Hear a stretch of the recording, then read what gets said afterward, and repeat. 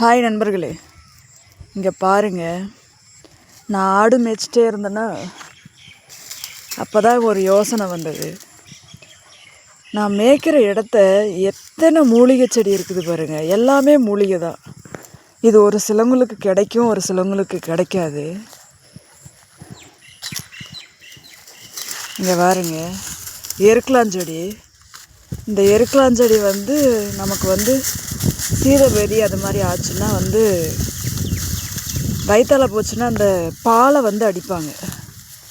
இந்த பாலை அடிச்சுட்டு இதுக்கு அடியில் இருக்கிற மண்ணை எடுத்து நம்ம தொப்பில் சுற்றி போட்டாங்கன்னா அந்த வயிற்றால போகிறது நின்று போகுன்றுவாங்க. இதில் நல்ல மருத்துவ குணம் இருக்குது இந்த எருக்கலாஞ்செடியில். அப்படியே இருந்தாலும் பாருங்க, ஆவாரஞ்செடியில் இல்லாத நன்மையே இல்லைங்க. இந்த ஆவாரம்பூலாம் கொதிக்க வச்சு குடித்தா சக்கரை நோவுலேருந்து எல்லாம் போகுன்றாங்க. ஆவாரஞ்செடி பாருங்கள். இப்படியே வந்தால் வேப்ப மரத்துக்கு பக்கத்தால் வெள்ளை இருக்கு, தெரியுதுங்களா? வெள்ளை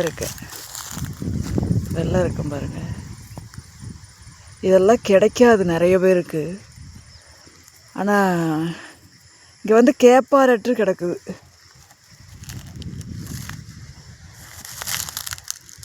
அப்படியே பாருங்க, குப்பைமேனின்னு சொல்லுவாங்க.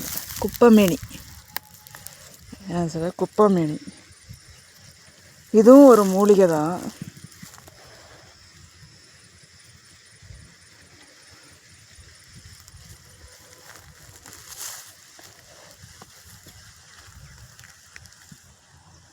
இந்தாண்ட பாருங்க, நீங்கள் பனங்கிழங்கு பணம் போட்டு வாங்குறீங்க.